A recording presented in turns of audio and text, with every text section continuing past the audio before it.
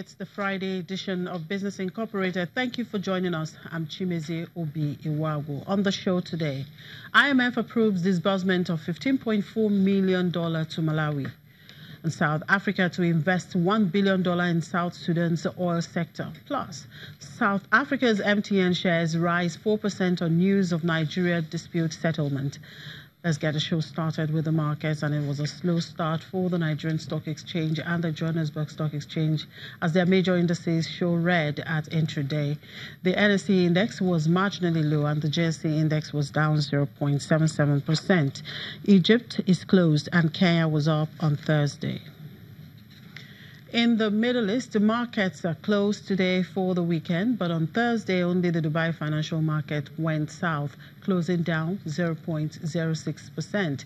All the other markets were in the green. In Europe, stocks were slightly higher on Friday morning as investors cautiously managed hopes for progress in Brexit negotiations. Aside from Brexit, a couple of company news are making rounds as well as the oil market. Well, let's bring in Paul Christian Breeze, now my colleague from Frankfurt, to put all of these together for us. Hello, Paul. Beautiful afternoon to you. Hey, good afternoon. So let's start with the oil market. Prices have fallen to its lowest since late 2017 and have plunged around 30% since their peak in early October. What's driving this development, and how far do you think people expect the price to drop?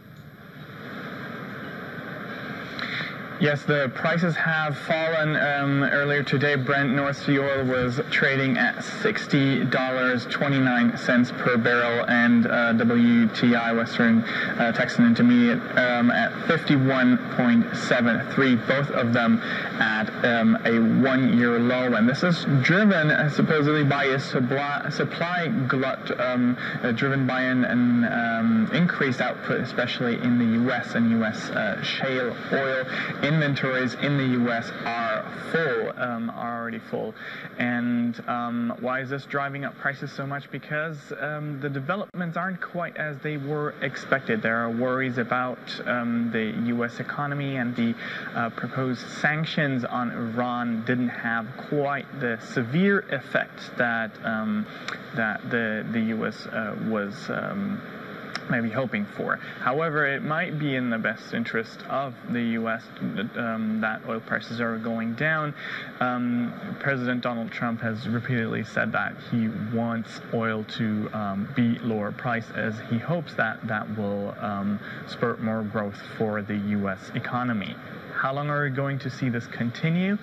Some people have said it reminds them of the situation of 2014, when there was a similar price drop, and the only thing that could then stop it was the oil-producing countries, OPEC, deciding to cut their supply to lower their supply of oil.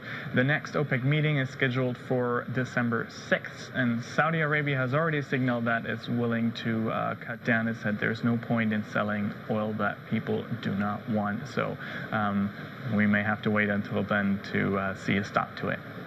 Sure, we'll wait. Anyway, let's look at some corporate news there. Bad news for U.S. tech giant Apple this Black Friday.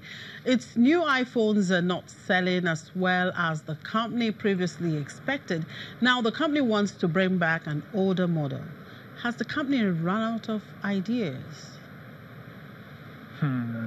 Apple has lost quite a bit in the last couple of weeks. Actually, it lost $280 billion of market valuation in recent weeks. It's the third time in its history that the share price has dropped this much, and it's always been problems with selling iPhones. Apple, of course, heavily depends on the sale of iPhones. It's one of its big key revenue drivers. And it seems this time the new models, the XS and the XR, are too expensive after all, especially for the Chinese market, where people aren't buying the product as much. So how is Apple trying to fix this? Well, a pretty immediate fix is dropping the price, especially for the XR model, and it's reviving the iPhone X, which was a lot more popular than the current models with customers. Why is it doing that? Why not just bring out the new one or next one? Well, it does have deals with suppliers, and it does need to put these displays that are already ordered in some phones. So an upgraded version of the iPhone X may Apple hope to solve its problem. In the long term, the company is hoping to get more money out of services rather than the sale of iPhones itself. It's definitely pushing in that direction with a new streaming service, and then other services that will sell over the Apple Store. But at the core of it, it's going to remain a phone production company. Okay, in another corporate news, Italian fashion brand Dolce & Gabbana is facing a backlash in China over racist marketing videos showing Chinese women trying to eat pizza and spaghetti with chopsticks. What's the fallout from this for the brand? There's a severe rescue effort going on right now at the brand. Stefano Gabbana, one of the main designers, actually made a video apologizing for this mishap, apologizing severely. He had looked at it again and was deeply sorry.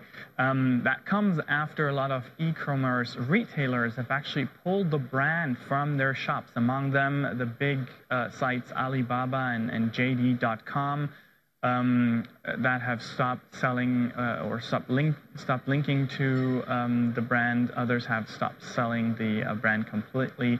There's also airport duty-free shops that have pulled the product. And brand ambassadors are also fleeing left and right, saying they don't want to be associated with the brand anymore. It's also pulled out of the Shanghai Fashion Show, which was a reason to bring up the video in the first place, because it wanted to draw attention to the brand for the show.